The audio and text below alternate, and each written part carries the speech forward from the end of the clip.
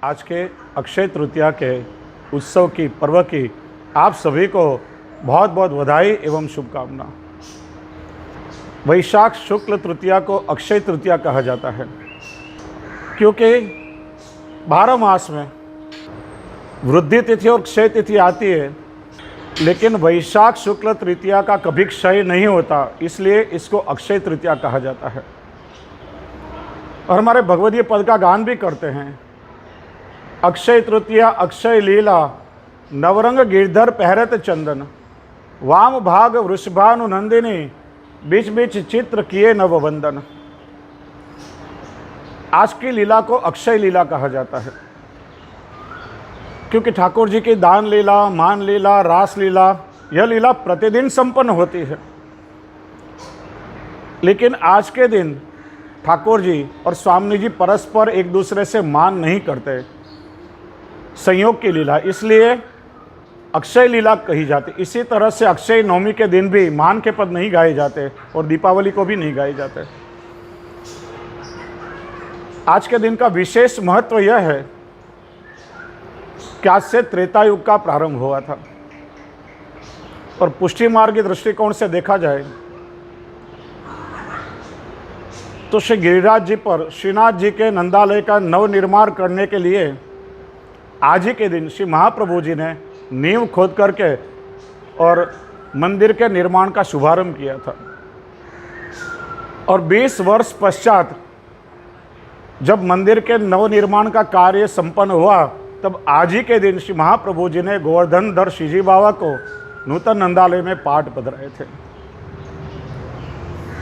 दूसरा आज का महत्व यह है कि ठाकुर जी के 4 यूथ और चारों यूथों के 4 स्वामिनी हैं। मुख्य स्वामी जी हैं, उनसे प्रभु के प्रथम मिलन का दिन प्रबोधनी माना गया है।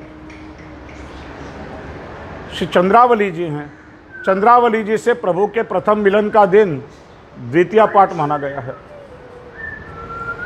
तृतीय युद्ध कुमारिकाओं का है और उनके अधिपति, उनके स्वामिनी राधा सचरी जी हैं, उनसे प्रभु का मिलन आज अक्षय तृतीया के दिन हुआ था। और चतुर्थ युद्ध के स्वामी श्री यमुना जी हैं, निर्गुण भक्तों के, उनसे प्रभु के प्रथम मिलन का दिन गंगा दशहरा माना गया है। तो इस तरह से आज के पर्व का महत्व है और आज से पूर्ण रूप से उष्णकाल का प्रारंभ होता है। इसलिए ठाकुर जी की उष्णकालीन सेवा का प्रारंभ भी आज से ही होता है और प्रभु को सभी प्रकार के शीत उपचार किए जाते हैं। आज से ठाकुर जी को वस्त्र साथ पिछवाई सभी श्वेत आता है, हल्के रंग के प्रतिदिन आते हैं। ठाकुर जी के निज मंदिर, तिवारी आदि के टेरा पर्दा सभी श्वेत रंग के आ जाते हैं। आज से ठाकुर जी को मोती की जोड़ी आभरण में प्रारंभ होती है। नरसिंह जी जैसे बड़े उत्सव आते हैं तो हीरा मोती की जोड़ी ठाकुर जी धरते हैं। हिंडोला से ठाकुर जी को रत्न जटित जड़ाव सभी प्रकार के आभरण प्रारंभ होते हैं। केवल रथ यात्रा के दिन सभी प्रकार की मालाएं ठाकुर जी धरते हैं। आज से ठाकुर जी के खंड पाठ पर छिप के और चंदन के गेंद छड़ी खिलौना आदि प्रारंभ होते हैं। आज से ठाकुर जी को राजभोग से उत्थापन तक मिट्टी के कुंजा करोड़ आदि आती है और शैया मंदिर में भी मथनी आदि धरी जाती है, जिस पर श्वेत वस्त्र चुन करके विविध रंगों के पुष्पों की पखुड़िया आदि से सुंदर कलात्मक उसे सजाया जाता है और प्रभु को अंगीकार होता है। आज से ठाकुर जी को प्रतिदिन आम का शीरा, अमरस, अमृता, फजीता, पना, उत्थापन में भिगोई हुई मूंग की, चने की दाल आदि शीतल सामग्री प्रतिदिन आती है। आज से प्रतिदिन मंगला और शयन में ठाकुर जी आड़वन धारण करते हैं और ठाड़े स्वरूप को शयन में श्रीकंठ में 7 माला की पूरी जोड़ और लालन को गादी पे 7 माला की पूरी जोड़ धराई जाती है। आज राजभोग में ठाकुर जी को श्रीअंग पर चंदन धराया जाता है। इसका प्रकार यह है, चतुर्भुज स्वरूप यदि हों श्री द्वारकानाथ जी, श्री कल्याणराय प्रभु, श्री मथुराधीश जी आदि, तो सबसे पहली चंदन की गोली हृदय पर धारण कराई जाती है, फिर ऊपर के दोनों श्रीयस पर, फिर नीचे के दोनों श्रीयस पर, और अंत में दोनों चरणारविंद में, यानी चतुर्भुज स्वरूप को 7 चंदन की गोलियां धराई जाती हैं। लालन को प्रथम हृदय पे, फिर दोनों श्रीयस में और फिर दोनों चरणारविंद में 5 चंदन की गोलियां धराई जाती हैं।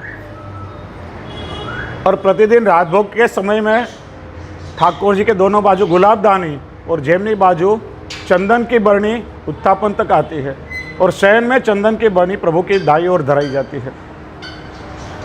बहुत से वैष्णव ठाकुर जी के श्रीअंग पे चंदन का लेपन करते हैं, बिल्कुल गलत प्रकार है।